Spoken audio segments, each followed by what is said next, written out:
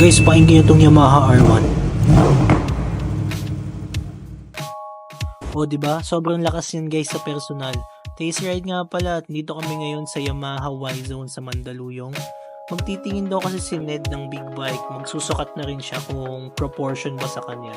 Meron daw kasi ditong classic. Libre yung Acra pag binili mo.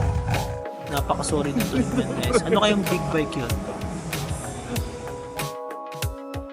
At ayun na nga, dito sa Yamaha Y-Zone sa Mandaluyong, matatagpuan itong bobber type na Yamaha 950 volt R-Spec. Ayan, sobrang solid yan. Kaya sinukat ni Ned kasi medyo big boy si Ned.